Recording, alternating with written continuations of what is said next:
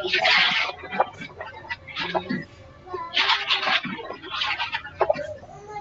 सभी अपना म्यूट रखें।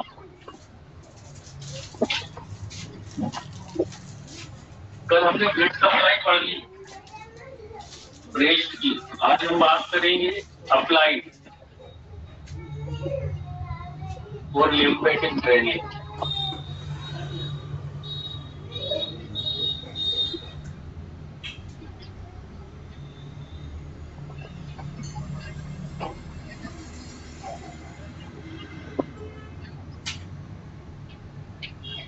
चलिए शुरू करें, आ गए सब? जी सर, कंटिन्यू करिए सर। चलिए कंटिन्यू करते हैं। कल हमने जो है ब्लड सप्लाई पढ़ ली थी, आप लोगों को अच्छे से समझ में आई होगी ब्लड सप्लाई। आज हम बात करेंगे अप्लाइड एनाटमी की, है ना, ब्रेस्ट की अप्लाइड एनाटमी और साथ में लिम्फेटिक ड्रेनेज की, है ना, क्योंकि वो अप्लाइड एनाटमी से रिलेटेड है। बिकॉज ऑफ ब्रेस्ट में क्या है, कार्सिनोमा जनरली बहुत ही कॉमन है, देखने को मिलता है। और जब भी ब्रेस्ट में कार्सिनोमा होता है, कैंसर ऑफ ब्रेस्ट जिसको भी बोलते हैं हम, कार्सिनोमा उसको टर्मिनोलॉजी में बोलते हैं, तो कॉमनली देखने को मिलता है। और ये स्प्रेड भी बहुत जल्दी होता है फीमेल में। मीन्स यदि ब्रेस्ट में कार्सिनोमा है तो वो दूसरे ऑर्गन तक भी बहुत आसानी से बहुत जल्दी स्प्रेड होता है यदि इसको ट्रीट ना किया जाए। तो ऐसा क्यों हो रहा है कि वो इतनी जल्दी तेजी से जो है स्प्रेड होता है?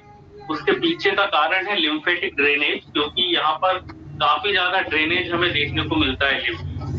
तो पहला अपन पहले एक टर्म देख ले, मस्टिको गायनेकोमस्टियस, गायनेको मस्टिया एक टर्म है गायनेकोमस्टिया। गायनेकोमस्टिया का मीन्स होता है, इसका मतलब है कि गायनेकोमस्टिया मतलब development of breast in male. Development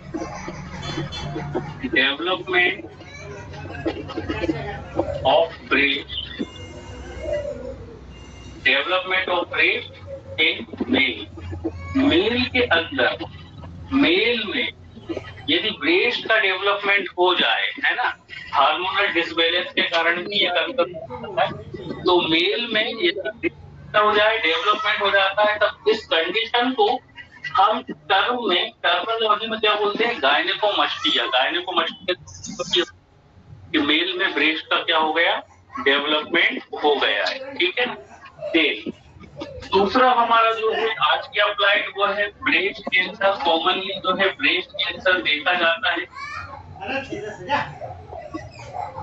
breast जो है कैंसर की कॉमन साइट होती है। हम क्या बोल सकते हैं कि ब्रेस्ट फीमेल में कैंसर की एक कॉमन साइट है। तो कैंसर की कॉमन साइट जो है, बिकॉज ऑफ अभी हमने देखा कि यहाँ पे फैट का डिपोजिशन भी बहुत ज्यादा होता है ना, टिश्यू का, स्पॉन्जी टिश्यू का डिपोजिशन भी बहुत ज्यादा यहाँ पर ब्रेस्ट में देखने को मिलता है। और यही कारण है कि मेल जो है फीमेल में ब्रेस्ट कैंसर जो है कैंसर कॉमनली जनरली बहुत ज्यादा देखने को मिलता है।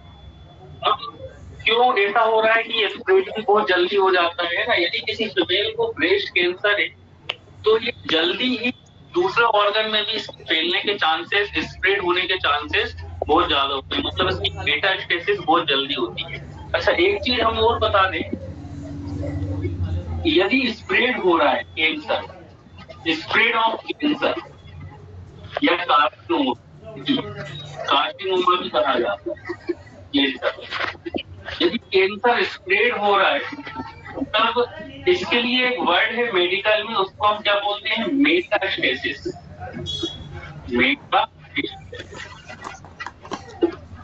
मेटास्टेसिस का मतलब क्या होता है, स्प्रेड होना, कैंसर का स्प्रेड जो है स्प्रेड होना। मेटास्टेसिस सिर्फ कैंसर के लिए यूज करते हैं, ये भी ध्यान रखना। यदि मेटास्टेसिस वर्ड कहीं आप पढ़ रहे हो या सुन रहे हो, किसी पेशेंट की रिपोर्ट्स में जो है मेटास्टेसिस वर्ड लिखा हुआ है, तो मेटास्टेसिस का मतलब होगा कि कैंसर जो है वो एक जगह से दूसरी जगह फैल रहा है।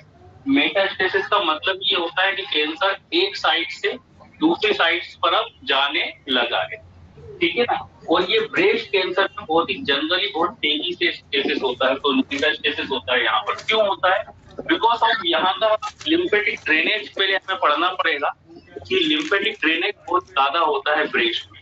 तो देख लेते हैं कहाँ कहाँ लिम्फेटिक। देखिए ब्रेस्ट से लिम्फ ड्रेनेज जिन नोड से होता है वो आप देख कौन कौन से लिम्फ नोड ब्रेस्ट पर ड्रेनेज करते हैं। सबसे पहला है हमारा axillary lymph node. Axillary lymph तो एक्सिलरी लिम्फ नोड जो होते हैं, axillary lymph node lymph node का क्या नाम है, क्योंकि ड्रेनेज हो रहा है वो है एक्सिलरी लिम्फ नोड। मींस पूरे ब्रेस्ट से जो है लिम्फ कहाँ जाएगा, एक्सिलरी लिम्फ नोड के ओर जाएगा, मतलब लिम्फ का ड्रेनेज हो। अच्छा आप लोगों को पहले तो लिम्फ क्या है ये पता है कि नहीं? लिम्फ क्या होता है बताइए। नहीं पता है सर। हाँ सर लिम्फ वो होते हैं सर पर्टिकुलर बॉडी में पर्टिकुलर भाग पे लिम्फ, सर पर्टिकुलर भाग में लिम्फ होते हैं जो कि इम्यूनिटी जब कोई रोगों से लड़ने के लिए तो वो लिम्फेटिक साइट जो है वो बढ़ने लगती है और उससे छोटी छोटी गिठानी हो जाती है, वो लिम्फ नोड होते हैं। जैसे हमारी ये सर्वाइकल गले में, ये हमारी नीचे थाई में, एक्सिलरी में ये। चलो इन शॉर्टली जल्दी से पहले तो हम ये देख लें, क्योंकि बार बार ये लिम्फ नोड वर्ड आएगा कि जैसे ब्रेस्ट से जो है लिम्फ का कलेक्शन होता है, वो कलेक्शन होकर कहाँ पहुंच जाता है, ज्यादातर ब्रेस्ट का ज्यादातर लिम्फ कहाँ जाएगा, कलेक्ट होके एक्सिलरी लिम्फ नोड के ओर जाएगा। अब आप लोग कुछ स्टूडेंट्स जो है वो कंफ्यूज हो रहे होंगे या उन्हें नहीं पता होगा कि एक्चुअली ये लिम्फ होता क्या है, लिम्फ नोड क्या होते हैं। तो जल्दी से क्विक उस पर हम देख लेते हैं, है ना, एक क्विक रिवाइज कर लेते हैं कि लिम्फ नोड एक्चुअली है क्या, फिर अपन इस चीज को समझेंगे। बताइए कैसे है लिम्फ। देखिए ध्यान से देखिएगा, इसको एक बार अच्छे से समझ लीजिए, क्योंकि लिम्फ जो लिम्फेटिक चैनल है उस पर बहुत से स्टूडेंट्स कंफ्यूज रहते हैं कि एक्चुअली चैनल होता क्या है, किस तरह से काम करता है। देखिए हम जानते हैं हमारे बॉडी में जो है ब्लड को ले जाने का काम आर्टरी कर रही है, मतलब एक आर्टरीरियल सप्लाई है, एक वीनस सप्लाई है। ब्लड को रिटर्न लेकर कौन आती है, वीनस, और वहां से फिर ऑक्सीजनेशन होकर ब्लड कहाँ जाता है, आर्टरी के जो है द्वारा जाएगा। एक चैनल और काम कर रहा होता है जिसको हम बोलते हैं लिम्फेटिक चैनल। अब देखिए किस तरह से काम करता है। देखिए मान लो ये हार्ट है, पहले हम हार्ट बना दें। मान लो ये हार्ट है, इसके 4 चेम्बर है। ये क्या है, हार्ट के 4 चेम्बर। ये है एट्रियम, ऊपर वाले और नीचे वाले वेंट्रिकल। पूरी बॉडी से ब्लड कहाँ आ रहा है, एट्रियम में आ रहा है। एट्रियम से कहाँ चला जाता है, लंग्स के पास क्यों जा रहा है, ऑक्सीजन लेने जा रहा है हजारों बार। कहाँ चला जाएगा, लंग्स के पास जाएगा और लंग्स से क्या लेकर आएगा, ऑक्सीजन लेके आएगा। ऑक्सीजन लेके कहाँ आएगा, लेफ्ट एट्रियम। तो लेफ्ट से ब्लड कहाँ जाता है। अरे जयप्रकाश जी दीजिए सर, ये माइक्रोफोन कर जाता है सर, ये वॉइस प्रॉब्लम। यही तो समस्या है, आप लोग समझते नहीं है, कुछ लोग, पूरी क्लास डिस्टर्ब होती है। फिर तो थोड़ी देर क्लास रोक दो ना आप, जयप्रकाश जी को देख लेते हैं हम, काफी टाइम होगा, वो बार बार सामने आ रहे, फिर क्या कर सकते हैं, उन्हीं को देख लेते हैं। बार बार सामने वो आ रहे, लिखने ही नहीं हो पा रहा है।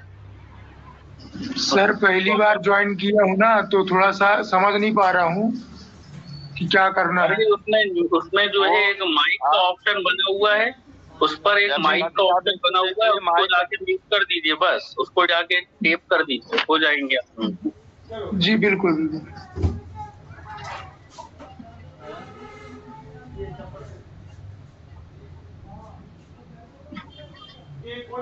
ये सब म्यूट है, अब चलिए सभी लोग म्यूट हैं। आप धन्यवाद जयप्रकाश गर्ग जी, आपका बहुत बहुत धन्यवाद, आपने म्यूट करने की कृपा करी हम पर।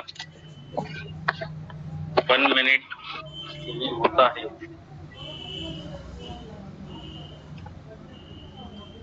हमारा लाइट सिस्टम 1 मिनट रहेगा बस आप।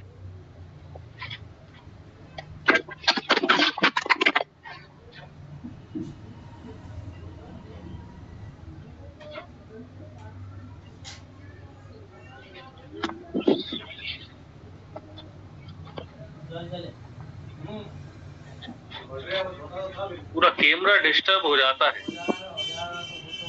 चलिए, दिख रहा है सभी को?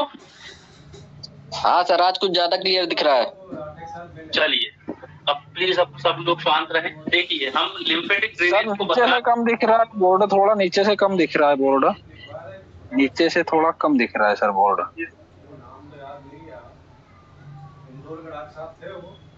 रहने वाले वो आए थे दिवाली वाले सवाल हो गए तो उन्होंने लिख दिया था, हो भी गया था। अच्छा, उसके बाद आप हुआ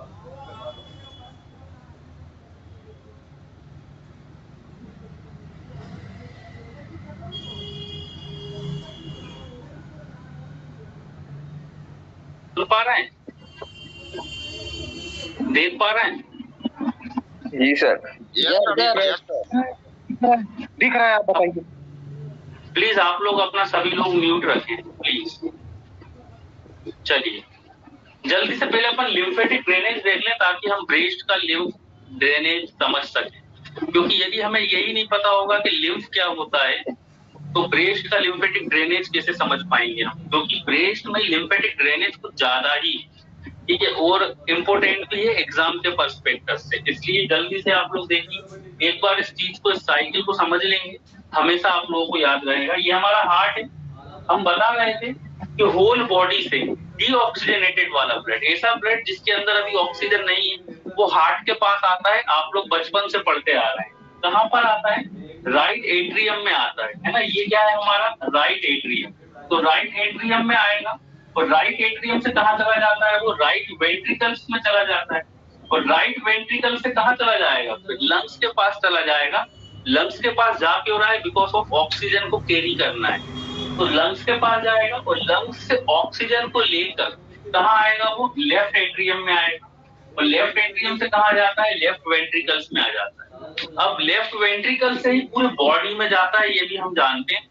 लेफ्ट वेंट्रिकल्स का जो मस्कुलर स्ट्रक्चर होता है थोड़ा सा ज्यादा होता है, ब्रॉड होता है ना। ये मस्कुलर स्ट्रक्चर मतलब यहाँ की मसल्स कुछ ज्यादा ही ब्रॉड रहेंगी, है ना। यहाँ की मसल्स क्या रहती है? कुछ ज्यादा ब्रॉड रहती है। क्यों रहती है? बिकॉज ऑफ जब यहाँ की मसल्स, लेफ्ट वेंट्रिकल की मसल्स ब्रॉड रहेंगी तो यहाँ से अच्छे से पंप हो पाएगा ब्लड, और कहाँ जा पाएगा? लेफ्ट वेंट्रिकल से क्या निकला रहता है? लेफ्ट वेंट्रिकल से निकला रहता है हमारा एओर्टा, ठीक है ना। लेफ्ट वेंट्रिकल से एओर्टा निकला रहता है, और एओर्टा के अंदर ब्लड जाएगा, और एओर्टा आवाज नहीं आ रही। एओर्टा के थ्रू, जिसको आवाज नहीं आ रही है प्लीज आप लोग अपना नेटवर्क जो है उसको देखें, क्योंकि अगर नहीं आएगी तो हमारी आवाज फिर किसी को नहीं आएगी। एक दो लोगों को नहीं आ रही तो प्लीज आप लोग बीच में डिस्टर्ब। आवाज क्लियर आ रही है सर, बिल्कुल क्लियर है आवाज। क्लियर नहीं दिख रहा सर, प्लीज आप लोग डिस्टर्ब बीच में ना करें। ठीक, अब लेफ्ट वेंट्रिकल से ब्लड जो है वो कहाँ जा रहा है? एओर्टा में जा रहा है, और एओर्टा से कहाँ चला जाता है? ये एओर्टा से पूरे बॉडी में जाता है ना। एओर्टा से कई सारी आर्टरी निकली रहती है, जैसे कि ये एक आर्टरी निकली, यहाँ से एक आर्टरी निकली, और यहाँ से कहाँ जा रहा है? पूरे बॉडी में ये ब्लड सर्कुलेट होता रहता है। अब देखिए, ब्लड जब टिश्यू के पास जाता है ना, यहाँ से कहाँ जाएगा? टिश्यू के पास जाएगा ना। अब देखिए जरा आगे ध्यान, लिम्फेटिक चैनल किस तरह से काम करता है। ये है हमारी एक, मान लो आ गई है आर्टरी, ये है हमारी एक आर्टरी, है ना। आर्टरी है जिसके अंदर कौन सा ब्लड है? ऑक्सीजन वाला ब्लड है, ठीक। ये ठीक है, तो एक्चुअली होता क्या है? आर्टरी यहाँ से पास होकर निकलती है, ठीक है। ऐसे आर्टरी टिश्यू के अंदर नहीं चली जाती है, ये यहाँ से पास होकर निकलती है इस तरह। ब्लड में मिनरल्स किस में ब्लड जो है मिक्स रहेगा? हमारे ब्लड में ग्लूकोज में किस में मिक्स है? इस ब्लड के अंदर, है ना। आर्टरी के अंदर तो ब्लड है, तो ये सब चीजें ऑक्सीजन, ग्लूकोज, WBC और मिनरल, ये सभी के सभी कहाँ आ जाते हैं? इस इंटरस्टिशियल स्पेस में आ जाते हैं। क्यों आ जाते हैं? क्योंकि ब्लड यहाँ से लीक होके यहाँ पर आ रहा है। तो लीक होके क्यों आ रहा है? बिकॉज ऑफ इन सभी सब्सटेंस की जरूरत है किसे? हमारे टिश्यूज को, ठीक है ना। तो लीक होके यहाँ पर ब्लड लगभग ये मान के चले, है ना, यदि हमारे बॉडी में 5 लीटर ब्लड है, ठीक है ना, 5 लीटर ब्लड होता है। यदि हम पूरे ब्लड का एक कंसेप्ट लेके चले तो 5 लीटर ब्लड में से लगभग 3 लीटर ब्लड यहाँ पर क्या हो जाएगा, लीक हो जाएगा। यदि 5 लीटर ब्लड है, 5 लीटर ब्लड में से 3 लीटर ब्लड कहाँ पर लीक हो गया, इस इंटरस्टिशियल स्पेस में आके लीक हो जाएगा। अब यहाँ पर जो लीक ब्लड है उसके अंदर ऑक्सीजन भी है, ग्लूकोज भी है, WBC भी है और मिनरल्स भी है। इन सब की जरूरत इस टिश्यूज को है। अब क्या होगा कि जो 3 लीटर ब्लड यहाँ पर होगा, बाकी 2 लीटर का ब्लड यहाँ पर चला जाएगा, आगे निकल जाएगा। ठीक है ना, बाकी 2 लीटर ब्लड आगे निकल गया, 3 लीटर ब्लड हमारा कहाँ पर लीक हो गया, यहाँ पर। ठीक, याद रखना कभी भी आरबीसी कभी भी यहाँ पर लीक होके नहीं आती। आरबीसी कहाँ निकल जाती है, इस 2 लीटर ब्लड के साथ आगे निकल जाती। मतलब आरबीसी या इंटरस्टिशियल स्पेस में नहीं आएगी, आरबीसी आगे की ओर निकल जाएगी इस 2 लीटर ब्लड के साथ। आरबीसी लीक क्यों नहीं हो पाती, बिकॉज ऑफ हम आरबीसी पढ़ चुके हैं। आरबीसी का डायमीटर कितना होता है, 7.2। आरबीसी का डायमीटर कितना है, 7.2। चमकना और वो था ना, सुन लो, सा बड़ा डायमीटर होता है और आरबीसी यहाँ से फिल्टर नहीं हो पाती है। यहाँ पर जो हम कह सकते हैं कि लीक किस कारण से हो पा रहा है, बिकॉज ऑफ पोर है, छोटे छोटे से पोर है ना। अब पोर के थ्रू आरबीसी जो है, इस पोर के थ्रू वहाँ पर फिल्टर नहीं हो पाएगी, इसलिए आरबीसी आगे निकल जाएगी बिकॉज ऑफ इसका डायमीटर बहुत ज्यादा है, 7.2। ठीक, अब देखिए अब क्या होता है, जरा ध्यान देख जो है यहाँ पर दीजिएगा आप लोग अच्छे से। अब क्या होगा, ये जो टिश्यू है, टिश्यू क्या करते हैं, जैसे ऑक्सीजन को यहाँ से ले लेंगे, ठीक है ना, ऑक्सीजन कहाँ से ले लेंगे, इस ब्लड से ले लेंगे जो 3 लीटर ब्लड यहाँ पर लीक हुआ है। ग्लूकोज भी ले लेंगे, WBC है ना, मिनरल्स, इन सब की जरूरत है ना। तो ये पूरा का पूरा मटेरियल जो इस ब्लड के साथ, लीक ब्लड के साथ यहाँ आया है, जो असेंशियल मटेरियल है, इस असेंशियल मटेरियल जो है, मटेरियल की जरूरत हमारे टिश्यू को थी, तो टिश्यू क्या करते हैं, यहाँ से एब्जॉर्ब कर लेते हैं इन सभी चीजों को, ऑक्सीजन को, ग्लूकोज को, WBC को, है ना, और इसके अलावा मिनरल्स को, इन सबको क्या कर लेंगे, एब्जॉर्ब कर लेते हैं। अब जब ये सब चीजें यहाँ से एब्जॉर्ब हो जाएंगी, तो अब यहाँ पर क्या बचता है, एक ट्रांसपेरेंट फ्लूइड बचता है, ट्रांसपेरेंट फ्लूइड है ना। अब यहाँ पर क्या बचेगा, एक ट्रांसपेरेंट फ्लूइड। ठीक, जब यहाँ से सभी चीजें एब्जॉर्ब कर ली, ऑक्सीजन भी एब्जॉर्ब कर लिया, ग्लूकोज भी एब्जॉर्ब कर लिया, मतलब जितनी भी जरूरी चीजें थी वो सभी के सभी टिश्यू ने एब्जॉर्ब कर ली, तो यहाँ बचेगा क्या, यहाँ पर एक ट्रांसपेरेंट फ्लूइड बचेगा।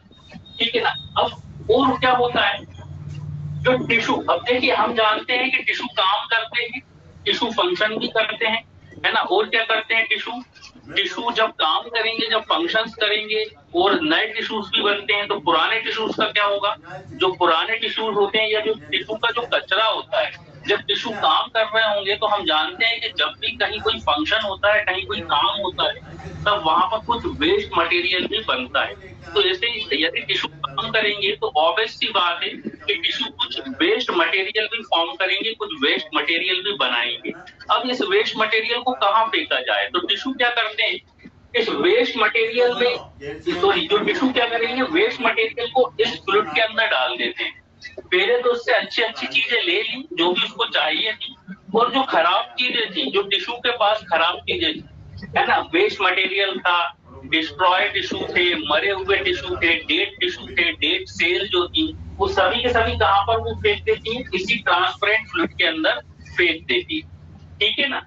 अब क्या होगा, और क्या फेंकती है, बैक्टीरिया। यदि मान लो इस टिश्यू के पास कोई बैक्टीरिया वायरस है, तो उस बैक्टीरिया वायरस को भी वो कहाँ फेंक देंगी, इस ट्रांसपेरेंट फ्लूइड के अंदर फेंक देंगी। मींस हुआ क्या, इंटरस्टिशियल स्पेस के अंदर जो ब्लड आया था, उस ब्लड के अंदर जो जरूरी चीजें थी वो तो टिश्यू ने ले ली, लेकिन टिश्यू के पास जो अनवांटेड सब्सटेंसेस थे, है ना, जैसे कि बैक्टीरिया हो सकता है ना, कोई वायरस हो सकता है, डेड सेल्स हो सकती हैं, डेड टिश्यू हो सकते हैं, या कोई दूसरे टाइप का कचरा हो सकता है। ठीक है ना। वो सभी का वो पूरा का पूरा कचरा उसने कहाँ डाल दिया, इस ट्रांसपेरेंट फ्लूइड के अंदर डाल दिया। इस कचरे को हम क्या बोलते हैं, सेल डेब्री। याद रखना, कचरा वर्ड नहीं लिख के हमें क्या लिखना है, सेल डेब्रीज।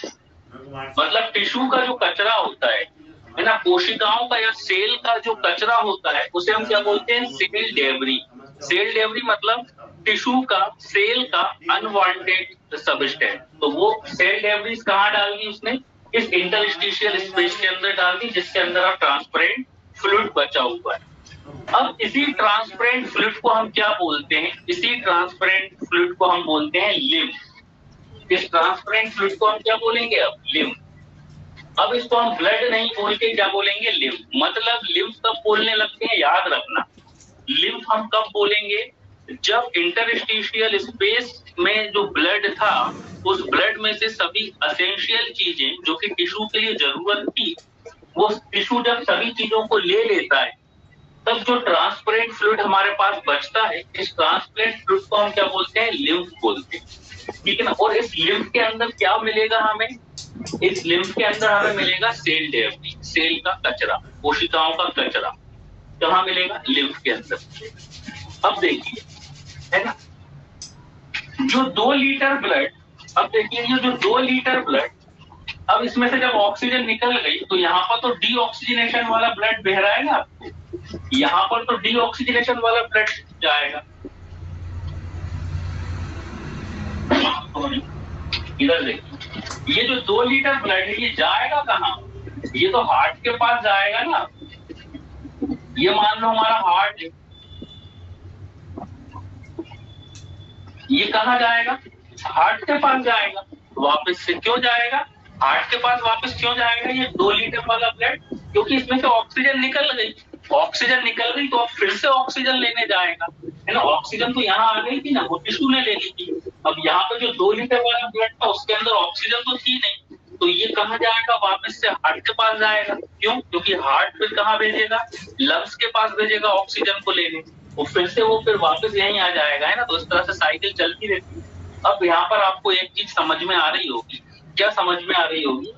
कि 5 लीटर ब्लड तो यहाँ 5 लीटर ब्लड टोटल हमारे बॉडी में होता है। उस 5 लीटर ब्लड में से 3 लीटर ब्लड तो इंटरस्टिशियल स्पेस में आ गया, बाकी का 2 लीटर ब्लड ही हार्ट तक जा पा रहा है। ठीक है ना।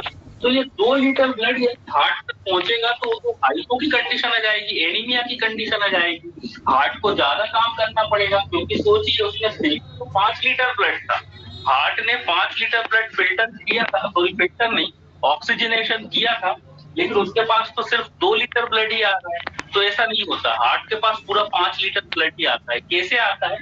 ये जो फ्लूइड बचा हुआ है यहाँ पर, मतलब जो ये लिम्फ बचा है, ये लिम्फ वापस से सर्कुलेशन में आ जाता है। कैसे वापस से सर्कुलेशन में आता है? देखिए अब क्या होता है, ये जो ट्रांसपेरेंट फ्लूइड है जिसको हम लिम्फ बोल रहे हैं, इस लिम्फ को फिर से ड्रेन होता है। ये लिम्फ क्या होगा? फिर से ड्रेन होगा। यहाँ से कुछ नई कैपिलरीज निकलती है। यहाँ से क्या निकलेंगी? कुछ नई कैपिलरीज निकलती है।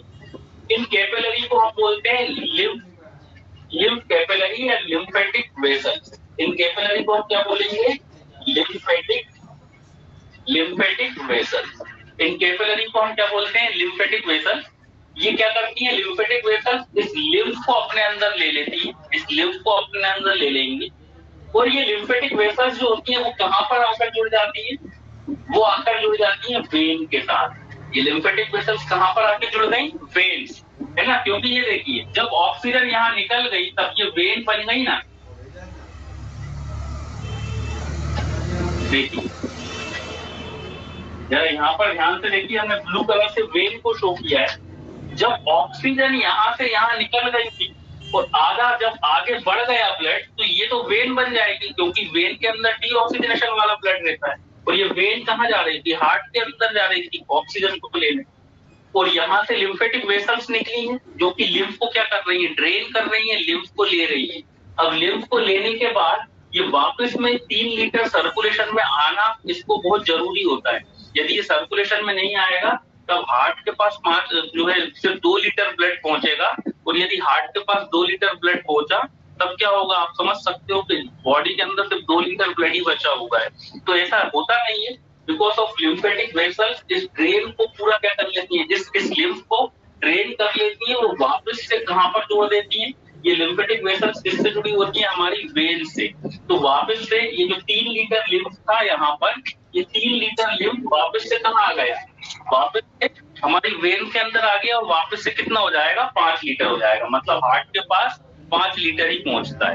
ठीक है ना। तो इस तरह से ये लिम्फेटिक चैनल काम कर रहा होता है। अब बहुत एक इम्पोर्टेंट बात आप लोग के दिमाग में भी आ रही होगी, किसी किसी के दिमाग में ये बात आई होगी, नहीं आई हो तो हम बता देते हैं। अभी हमने बताया कि जो लिम्फ है, ये लिम्फेटिक वेसल्स क्या कर लेती है, इसको एब्जॉर्ब कर लेती है और वापस से वेन्स के साथ जोड़ देती है और वेन्स से हमारे हार्ट में पहुंच जाता है। लेकिन एक चीज यहाँ पर आप ये समझ पा रहे होंगे, और हमने बोला कि इस लिम्फ के अंदर तो कचरा भी पड़ा हुआ है, इस लिम्फ के अंदर हो सकता है कोई बैक्टीरिया वायरस भी हो, क्योंकि हमने बताया ना कि टिश्यू क्या करते हैं, टिश्यू अपने कचरे को, बैक्टीरिया वायरस को इसके अंदर डाल देते हैं और ये इसी बैक्टीरिया वायरस वाला सेल डिलीवरी वाला लिम्फ कहाँ पहुंच रहा है, हमारे हार्ट तक पहुंचेगा।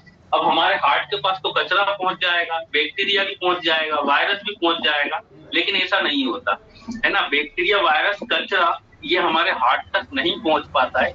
क्यों नहीं पहुंच पाता है? बिकॉज ऑफ जब हम लिम्फेटिक वेसल्स को देखिए, जब हम लिम्फेटिक वेसल्स को देखते हैं तो लिम्फेटिक वेसल्स के अंदर हमें कुछ नोड्स दिखाई देते हैं इस तरह, ठीक है ना। लिम्फेटिक वेसल्स के अंदर क्या दिखाई देते हैं? नोड्स। मतलब आप इसको ऐसे समझ सकते हो जैसे कि कोई रस्सी है, मान लो ये कोई रस्सी है, रस्सी के अंदर बीच बीच में नोड्स लगा दिए जाए, गांठें लगा दी जाए। ये कोई रस्सी है, मतलब कोई एक लंबी रस्सी आप ले रहे हैं और रस्सी में बीच बीच में क्या लगा दो आप? गांठें लगा दो, नॉट लगा दो, है ना, इस तरह से। तो इस तरह से ये लिम्फेटिक वेसल्स मान सकते हैं और इसके बीच बीच में क्या होते हैं? बीच बीच में नोड्स होते हैं। इन्हीं को हम बोलते हैं लिम्फ नोड। इन्हीं को हम क्या बोलते हैं? Lymph node.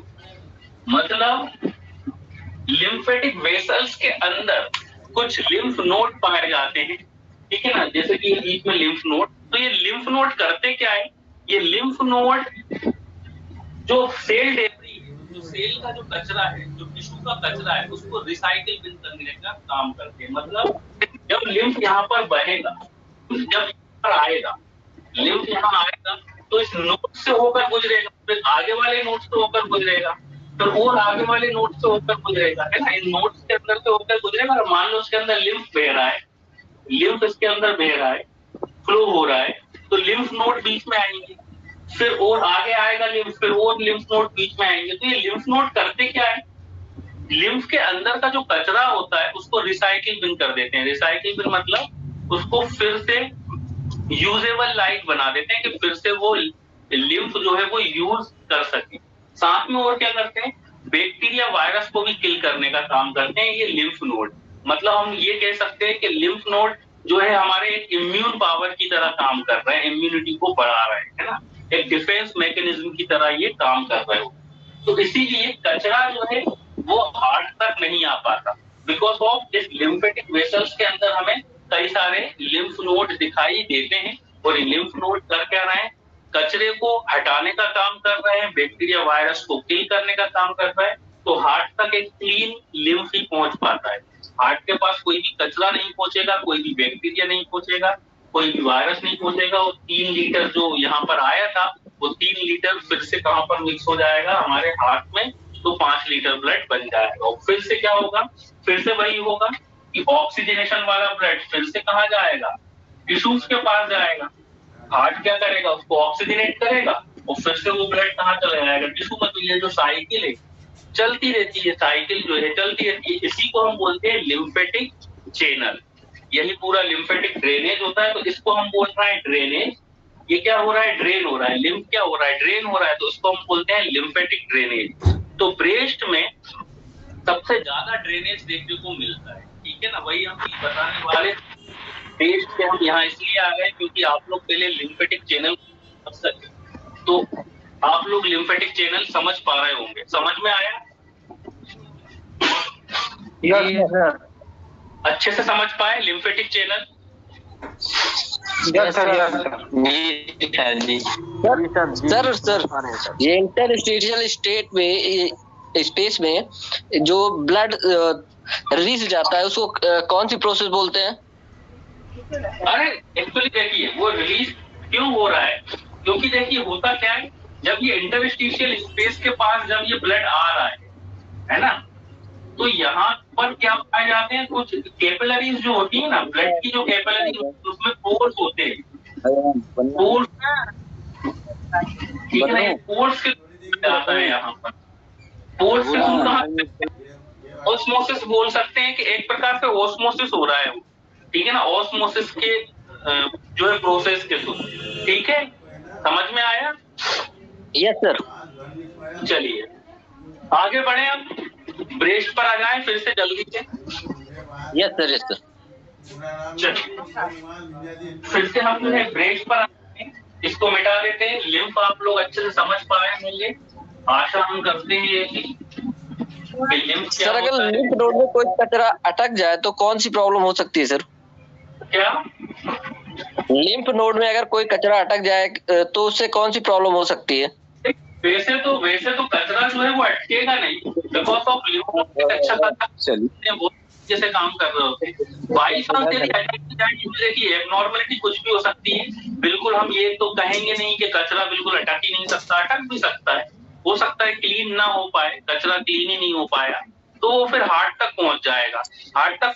फिर हार्ट में क्या कर सकता है, ब्लॉकेज बना सकता है ना, हार्ट में आके ब्लॉकेज होगा, हार्ट अटैक का कारण भी हो सकता है। ठीक, या फिर कोई इन्फेक्शन है हार्ट में, यदि कोई बैक्टीरिया वायरस है वो हार्ट तक पहुंच जाए तो फिर वो क्या है कि हार्ट में इन्फेक्शन क्रिएट कर सकता है, तो वो इस तरह से हो सकता है। ठीक है ना? हाँ। तो मतलब कहा जाए सर तो कि लिम्फ नोड में प्रॉब्लम होगी तभी हार्ट अटैक आएगा। हाँ, मतलब कहा जाए कि लिम्फ नोड में जब कोई प्रॉब्लम होगी तभी हार्ट अटैक आ सकता है। हाँ, तब भी आ सकता है, लिम्फ नोड में प्रॉब्लम हो तो भी हार्ट अटैक आ सकता है, और जरूरी नहीं है सिर्फ लिम्फ नोड के कारण ही आता है। हार्ट अटैक जो है यदि ब्लड क्या हो जाए, गाढ़ा हो जाए तो भी हार्ट अटैक आ सकता है ना। ब्लड गाढ़ा हो गया तो वो क्या होगा, जम जाएगा, अब पीछे वाले ब्लड को आगे नहीं आने देगा, उससे भी हार्ट अटैक आ जाता है। तो हार्ट अटैक तो जो है ब्लड के क्लॉट होने के कारण भी आता है, और लिम्फेटिक जो है चैनल यदि गड़बड़ हो जाए तो उस कारण भी हार्ट अटैक आ सकता है। कोई जरूरी ऐसा है नहीं कि लिम्फेटिक ड्रेनेज से हार्ट अटैक नहीं आएगा, है। लेकिन ये नहीं कहेंगे अपन सर जब भी हमारी बॉडी में है ना, सिर्फ लिम्फेटिक ड्रेनेज के कारण नहीं आता है, ठीक है ना। पर जेनेटिक भी होता है ना। सर वो लिम्फेटिक में तक कचरा फिर जाता कहाँ है बाद में? हाँ सर, कोई भी बीमारी होती है बैक्टीरिया तो अरे एक एक करके पूछा करिए, एक एक करके। कोई भी बैक्टीरियल इन्फेक्शन होता है तो लिम्फ नोड बढ़ क्यों जाते हैं? हाँ देखिए, लिम्फ नोड में यदि इन्फ्लेमेशन हो जाएगा तो लिम्फ नोड बढ़ भी जाएंगे। क्यों बढ़ जाएंगे? बिकॉज ऑफ देखिए, यदि वहां पर इन्फेक्शन हुआ है, कोई इन्फ्लेमेशन हुआ है, तो ऑब्वियस सी बात है हमारे बॉडी के अंदर एक कंपनसेटरी मैकेनिज्म काम कर रही होती है। कंपनसेटरी मैकेनिज्म का मतलब होता है कि बॉडी खुद से ही हील होना चाहेगी सबसे पहले। देखिए, कभी भी कोई भी बीमारी होती है ना, जब स्टार्टिंग फेज में होती है, जब हमें पता भी नहीं चलता कि हम बीमार हैं, उस समय की हम बात कर रहे हैं, जब स्टार्टिंग फेज में, तो बॉडी क्या होती है, पहले तो खुद से ही हील होना चाहती है विदाउट किसी मेडिकेशन के, है ना। हमारे जो है नेचर ने, गॉड ने ऑटोमेटिकली एक क्या कर रखा है, हमारे बॉडी के अंदर एक सिस्टम जो है काम कर रहा होता है, जो कि डिफेंस मैकेनिज्म की तरह काम करता है। अब कोई भी सिस्टम जब डिफेंस मैकेनिज्म की तरह काम करेगा तो ऑब्वियस सी बात है वो अपने साइज को बढ़ा लेगा। तो इसलिए लिम्फ नोड के साइज जो है बढ़ जाता है, क्योंकि यदि कोई इन्फेक्शन वहां आया है तो लिम्फ नोड क्या करेंगे, अपने साइज को थोड़ा सा बढ़ा लेंगे ताकि उस इन्फेक्शन से लड़ सके। ठीक है ना, यही कारण है कि लिम्फ नोड का साइज बढ़ जाता है। ठीक है, चलिए कचरा कहाँ जाता है?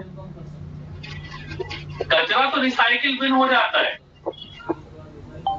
कचरा कहीं जाएगा नहीं, वो तो रिसाइकिल बिन हो जाएगा ना। अभी तो हमने बताया कि जैसे कि क्या ये लिम्फ नोड है, लिम्फ नोड है, इसके अंदर लिम्फ बह रहा है, इसके अंदर लिम्फ क्या फ्लो हो रहा है। जब लिम्फ फ्लो होके इस लिम्फ नोड के पास जाएगा तो क्या करेगा, वो उसको रिसाइकिल बिन कर देगा, फिर यहाँ आएगा, फिर उसको रिसाइकिल बिन कर देगा, फिर यहाँ आएगा, फिर उसको रिसाइकिल बिन कर देगा। इसलिए तो इतने ज्यादा लिम्फ नोड होते हैं, सिर्फ एक ही लिम्फ नोड नहीं होता, कई सारे लिम्फ नोड होते हैं, ताकि वो सेल का कचरा बहुत ज्यादा है, एक लिम्फ नोड उसको जो है रिसाइकिल बिन नहीं कर सकता।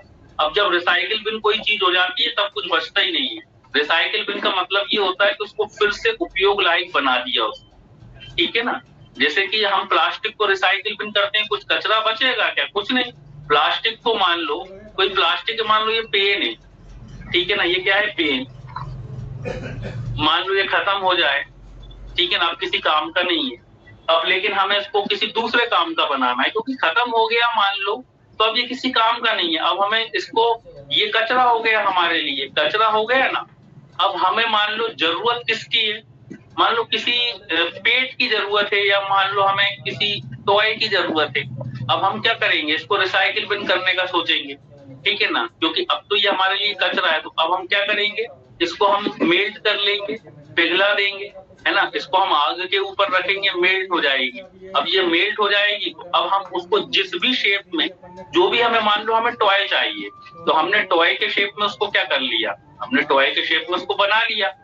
अब पेन तो खत्म हो गया, अब हमारे पास एक नया टॉय आ गया। तो पेन कहाँ गया, पेन तो गायब हो गया ना, रिसाइकिल बिन हो गया, तो कुछ कचरा बचा ही नहीं। तो समझ पा रहे हो, रिसाइकिल बिन के बाद कुछ बचता ही नहीं। जब वहां पर वो रिसाइकिल बिन हो, अब हमारे पास प्योर ब्लड आ गया। समझ पा रहे हो, क्योंकि 2 बार आप लोग है ना कि रिसाइकिल बिन के बाद कचरा कहाँ जाएगा, रिसाइकिल बिन के बाद कचरा बचेगा ही नहीं ना। जिसका सबसे अच्छा एग्जाम्पल इस पेन से ही समझिए। यदि इस पेन को हम पिघला दें, मेल्ट कर दें, तो ये पानी जैसा यदि हो जाए, हम इसको बिल्कुल मेल्ट कर दें और उसको कुछ नया आकार दे दें, तो अब हमारे पास पेन खत्म। पेन कहाँ गया, पेन का अस्तित्व ही खत्म हो गया, हमारे पास वो टॉय आ गया। मतलब पेन को हमने क्या कर दिया, रिसाइकिल बिन कर दिया। समझ रहे हो, तो पेन खत्म, पेन बचेगा ही। जैसे यहाँ पर, ठीक, टाइम ही हो गया यार, आज तो 46 हो गया है। आपको लिम्फेटिक ड्रेनेज तो हो नहीं पाएगा, समझे इसको, लिम्फेटिक ड्रेनेज। सर यहाँ तक भी ठीक है, यहाँ तक भी ठीक है सर। अगर कोई और क्वेश्चन तो इससे रिलेटेड, यदि कोई और क्वेश्चन इससे रिलेटेड हो तो आप पूछ सकते हैं। Sir lymph node, sir heart fail और हार्ट अटैक में क्या फर्क होता है? हार्ट अटैक देखिए, हेलो देखिए, सुन लीजिए, पहले म्यूट कर लीजिए, म्यूट करिए आप लोग सभी लोग।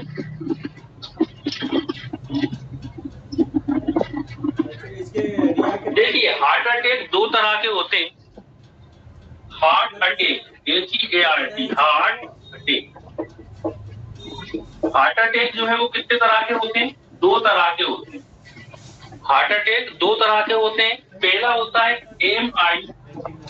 MI का फुल फॉर्म है मायोकार्डियल इंफार्क्शन। इसका क्या नाम है पूरा, मायोकार्डियल इंफार्क्शन, ठीक है ना, मायोकार्डियल इंफार्क्शन। इंफार्क्शन है, इन्फेक्शन नहीं है, इंफार्क्शन, मायोकार्डियल इंफार्क्शन। और दूसरा होता है cardiac arrest, CA, cardiac arrest, जिसको शॉर्ट में हम CA भी बोलते हैं, कार्डियक अरेस्ट। दूसरा है कार्डियक अरेस्ट, तो पहला है MI। ये दोनों ही हार्ट अटैक के टाइप है। अब देखिए MI में क्या होता है, मायोकार्डियल इंफार्क्शन। मायोकार्डियल इंफार्क्शन में क्या होता है, मान लो मायोकार्डियल इंफार्क्शन 2 तरह के हो गए, है ना। अब मायोकार्डियल इंफार्क्शन पहले देखते हैं जल्दी से, मायोकार्डियल इंफार्क्शन।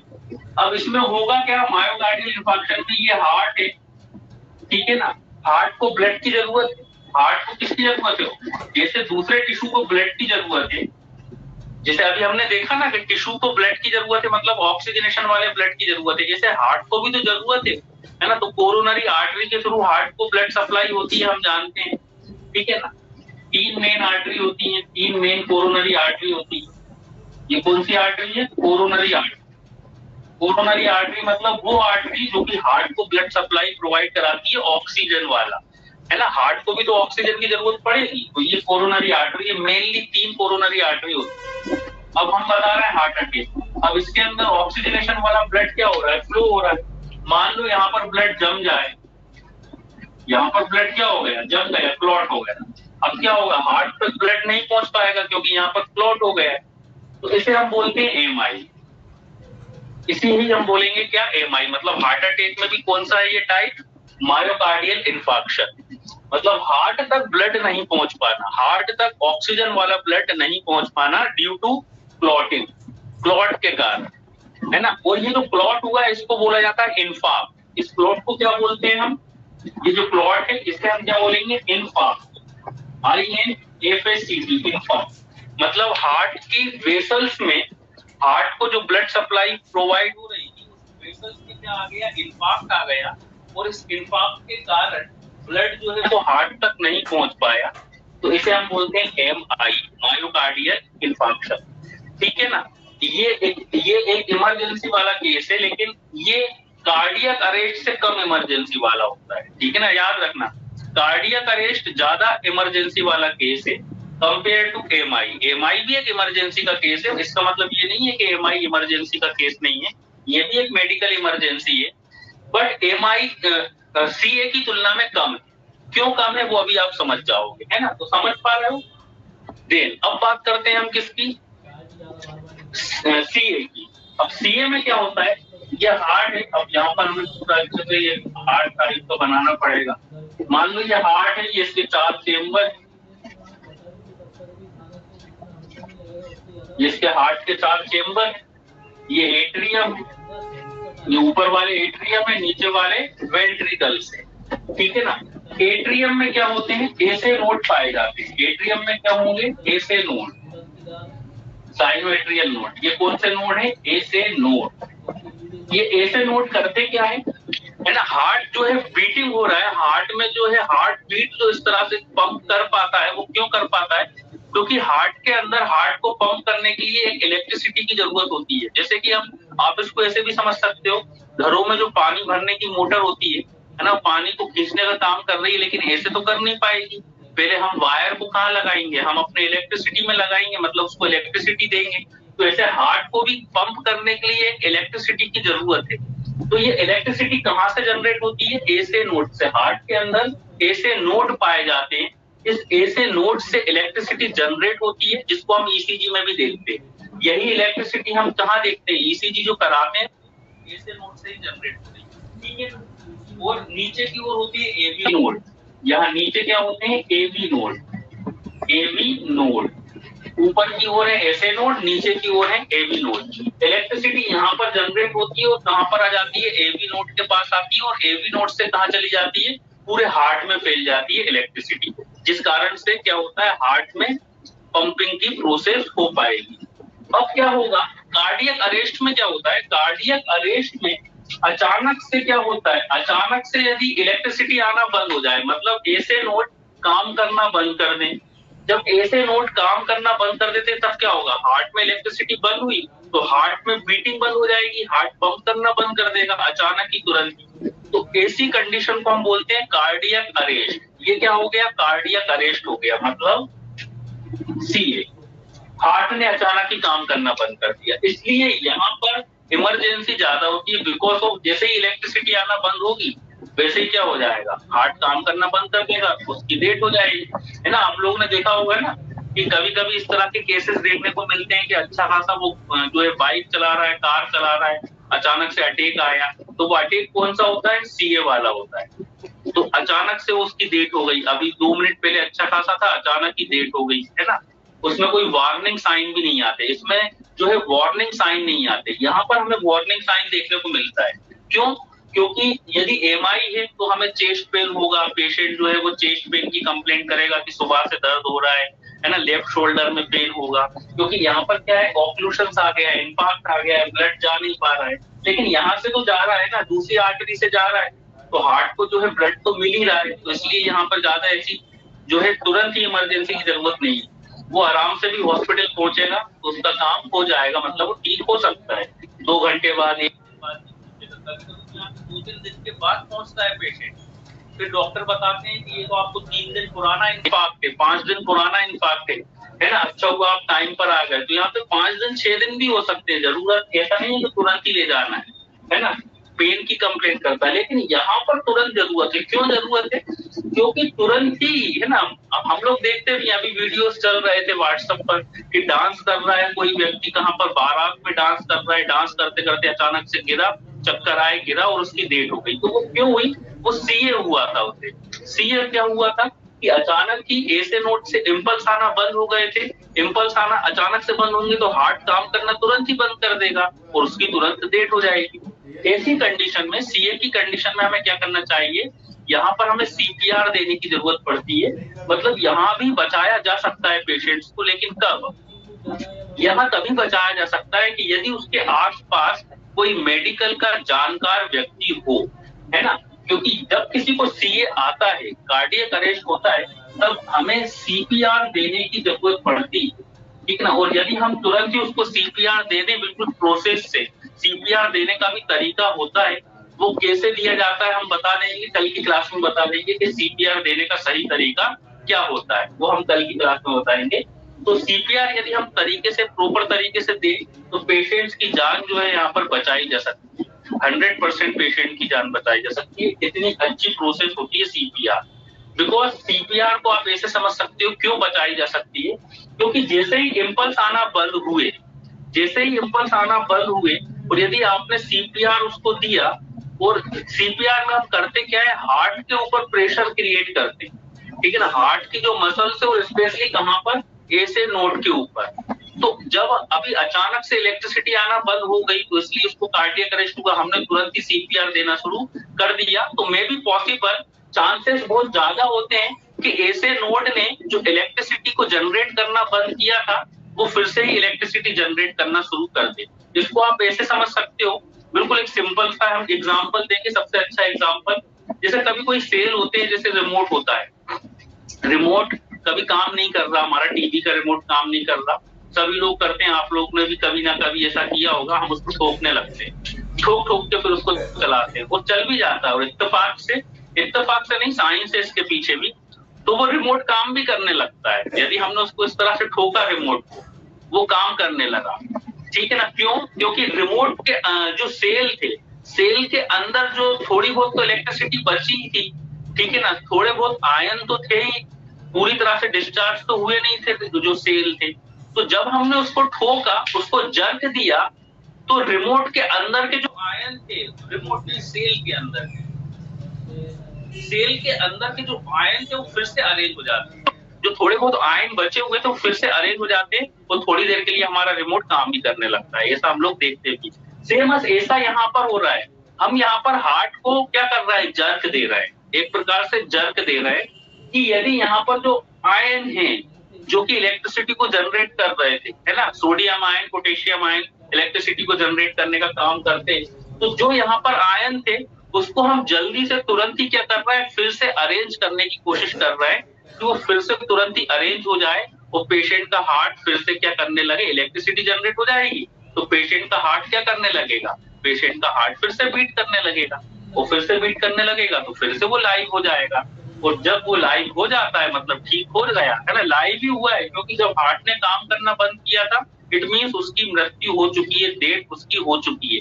अब तो हम सीपीआर के जरिए सिर्फ कर क्या रहे हैं, एक कोशिश कर रहे हैं कि हो सकता है कि फिर से इलेक्ट्रिसिटी जनरेट हो जाए, सेम वैसे ही जैसे जब हम रिमोट को ठोकते हैं आयन फिर से रीअरेंज हो जाते हैं और रिमोट हमारा काम करने लगता है। ऐसे ही यहाँ पर हम कर रहे हैं कि ऐसे नोड ने इलेक्ट्रिसिटी बंद करी, हमने तुरंत ही सीपीआर दिया, मतलब हार्ट के ऐसे नोड पर जर्क दिया, ताकि क्या हो सके, ताकि वो आयन जो है इलेक्ट्रिसिटी को जो जनरेट कर रहे थे वो अरेंज होके इलेक्ट्रिसिटी को जनरेट कर सके, ठीक है। और कैसे सीपीआर दिया जाता है ये कल की क्लास में हम आपको बताएंगे, और कल हम ड्रेनेज भी पढ़ लेंगे कि ब्रेस्ट में जो है लिम्फेटिक ड्रेनेज कैसे होता है, सीपीआर हमें याद दिला देना, तो सीपीआर की प्रोसेस भी हम कल बता देंगे प्रॉपर तरीके से। और सीपीआर आप लोगों को सीखना भी चाहिए, क्योंकि सीपीआर बहुत ही इम्पोर्टेंट एक चीज है, इम्पोर्टेंट प्रोसेस है। एज अ मेडिकोस हमें सही सीपीआर देना आना चाहिए। चलिए सफिशिएंट है आज के लिए, समझ में आया? सर सीपीआर के साथ मुंह से ऑक्सीजन भी दी जाती है ना सर? हाँ सर सीपीआर के साथ साथ मुंह से ऑक्सीजन भी दी जाती है ना साथ में?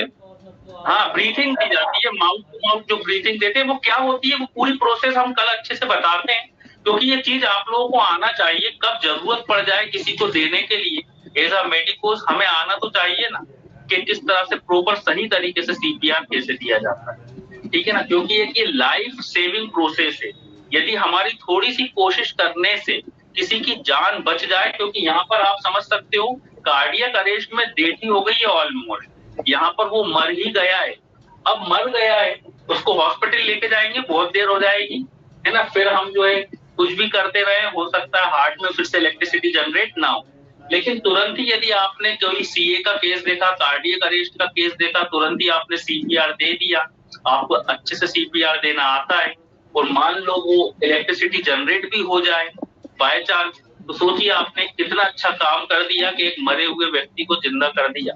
मतलब मर ही गया था ना, सीधा सी बात है, यहाँ तो मर ही गया है। जब हार्ट ने काम करना बंद कर दिया मीन्स उसकी डेथ हो गई, तो आपने सीधा सीधा उसको लाइफ दे दी, उसको जीवन दे दिया। ये बहुत बड़ा अचीवमेंट है, एक बहुत बड़ा काम होता है, इसलिए आना चाहिए एज अ मेडिकोस, है ना। यदि हमें नहीं आएगा तो किसे आएगा, हमें तो आना ही चाहिए, हम मेडिकोस हैं। चलिए, समझ पाए अच्छे से, आशा करते हैं आप लोग अच्छे से आज का लेक्चर समझे होंगे, क्योंकि आज आप लोग बहुत अच्छा रहा, आज के लेक्चर बहुत अच्छा रहा सर। कल इसी को कंटिन्यू कर दीजिए। चलिए तो मिलते हैं, बहुत मजा आया sir. Okay sir, thank you sir, thank you very much, thank you very much. Thank you sir. शांत रहेंगे तो ऐसे ही मजा आएगा पढ़ने में। आज आप लोग शांत थे एक्चुअली, ऐसे शांत म्यूट रखेंगे ना तो पढ़ने में मजा आएगा, और हमें भी पढ़ाने में मजा आता है यदि आप लोग सही से रहते हैं। तो चलिए मिलते हैं सर आज बहुत मजा आया। रखना सर। ओके ओके ओके, चलिए मिलते हैं। Okay sir, okay, thank you sir. Thank you sir.